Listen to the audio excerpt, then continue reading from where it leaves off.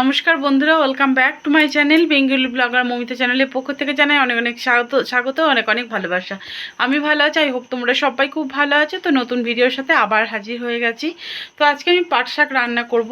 তো পাট শাক কীভাবে রান্না করলে পাট শাকের টেস্ট হবে দ্বিগুণ, তো সেটাই তোমাদের সঙ্গে শেয়ার করব। আর এটা আমি আমার দিদার কাছে এই রান্নাটা আমি শিখেছি। তো এই জিনিসটা কিন্তু দিয়ে দিলে কিন্তু পাট শাক হয়ে যাবে দুর্দান্ত। আর পাট শাক কার কার ভালো লাগে অবশ্যই কমেন্ট বক্সে জানাবে।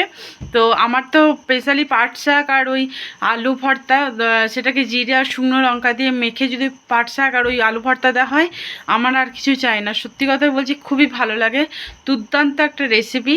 সত্যি কথা খুব ভালো লাগে খেতে। তো আর এই পাট শাক এই গরমের দিনেই কিন্তু পাওয়া যায়। আর এই পাট শাক পেটকে অনেক ঠান্ডাও রাখে। তো চলো পুরো রান্নাটা দেখতে থাকো, আমি কিভাবে পাট শাক রান্না করি। আশা করছি ভিডিওটা তোমাদের অনেক অনেক ভালো লাগবে। আর ভালো লাগলে প্লিজ চ্যানেলটাকে সাবস্ক্রাইব করবে, লাইক করবে। আর যদি খুব ভালো লেগে যায় তাহলে ভিডিওটাকে একটু শেয়ার করে দেবে। তোমাদের একটা ভিডিও আর একটা কমেন্ট আর একটা শেয়ার আমাদেরকে অনেকটা দূর এগিয়ে নিয়ে যেতে সাহায্য করবে। তো এটা সবাই বুঝতে পারছে, এটা হচ্ছে পাট শাক। তো পাট শাকটাকে আমি কালকে কেটে পরিষ্কার করে একবারে ধুয়ে রেখে দিয়েছিলাম। আর ফ্রিজের মধ্যে একটা প্যাকেটের মধ্যে বেঁধে রাখতে হবে, কারণ তাছাড়া পাট শাকগুলো না শুকিয়ে যাবে। তো পাট শাক অনেকে, পাট শাকটাকে যদি আগের দিন আনা হয় বা দুদিন আগে আনা হয়, তাজা রাখার টিপসটা তোমাদের সঙ্গে বলি।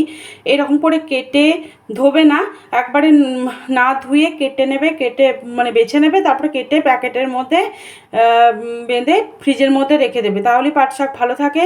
অথবা গামছা জড়িয়ে তোমরা রাখতে পারো, ফ্রিজে গামছা জড়িয়ে রাখতে পারো, তাহলেও কিন্তু পাট শাক খুব ভালো থাকে। সেইটা আমি আমার দাদুর কাছে শিখেছি, যে পাট শাকটাকে ঠান্ডা ইয়েতে মানে গামছার মধ্যে জড়িয়ে, মানে ভিজে গামছার মধ্যে জড়িয়ে, মানে যদি বাইরে রাখা হয় তাতেও কিন্তু খারাপ হয় না। যাদের ফ্রিজ নেই তারা ওইরকম করে ভিজে গামছা জড়িয়ে পাট শাকটাকে রাখবে জড়িয়ে, তাহলে কিন্তু পাট শাক খুব ভালো থাকে। তো পাট শাকটাকে দেখো কেটে ধুয়ে আমি একবারে ধুয়ে নিয়েছি, জলটাকে ঝরানো হয়ে গেছে। তো পাট শাক কীভাবে রান্না করলে ভালো হবে সেটাই তোমাদের সঙ্গে আজকে শেয়ার করব। আশা করছি ভিডিওটা ভালো লাগবে। তো চলো পুরো ভিডিওটা দেখতে থাকো স্টেপ বাই স্টেপ। আর যারা আমার এই ভিডিওটা প্রথম দেখছো তাদের কাছে অনুরোধ, প্লিজ চ্যানেলটাকে সাবস্ক্রাইব করে পাশে থাকবে। আর একটা লাইক আর একটা কমেন্ট, এই দুটো জিনিস কিন্তু আমাদের কাছে অনেক মূল্যবান জিনিস। এই দুটো জিনিস আমাদেরকে অনেকটা দূর এগিয়ে নিয়ে যেতে সাহায্য করবে। তো চলো, আর যদি খুব ভালো লেগে থাকে প্লিজ আমার ভিডিওটাকে শেয়ার করে দিও। তো চলো ভিডিওটা দেখতে থাকো। আমি কড়াইয়ের মধ্যে জল বসিয়ে দিয়েছি। তো এবার আমি পরপর একটা করে জিনিস আমি তোমাদেরকে দেখাতে থাকবো। প্রথমে দিয়ে দিলাম অল্প একটু হলুদ। বেশি হলুদ দেবে না, বেশি হলুদ দিলে কিন্তু গন্ধ হয়ে যাবে, তার জন্য একটু হলুদ দিলাম। আর দিয়ে দেবো খাবার সোডা। এই জিনিসটা কিন্তু না দিলে কিন্তু চলবে না। এইটা কিন্তু একটা সেদ্ধ হতেও কাজ করে। আর যে একটা পাট শাকের মধ্যে যে একটা ল্যালানিনি ভাব, যেটা না হলে কিন্তু পাট শাক খেতে ভালো লাগে না। তো সেই জিনিসটা আনার জন্য আমাদেরকে কিন্তু এই খাবার সোডাটা মেশাতেই হবে। তো চলো, খাবার সোডার অল্প একটু দেবে, বেশি দেবে না, তাহলে কিন্তু গন্ধ হয়ে যাবে। একটু দিলাম, আর একটু দিলাম, আর দেবো না, এইটুকু সোডা দিলাম।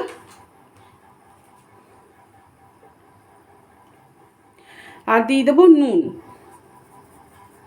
পরিমাণ মতো নুন দিয়ে দিলাম। বেশি নুন দিলে আবার শাকের মধ্যে ভালো লাগে না। তো নুনটা আমি দিয়ে দিলাম। তো এবার জলটাকে ভালো করে এটাকে ফুটতে দেব। তো চলো ফোটা অবধি আমরা অপেক্ষা করব।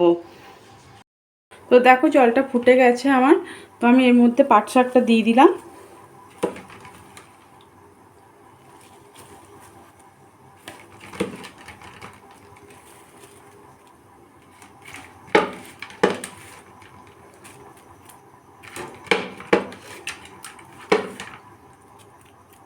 তো পাট শাকটা এবার ভালো করে সেদ্ধ হতে দেবো আমি।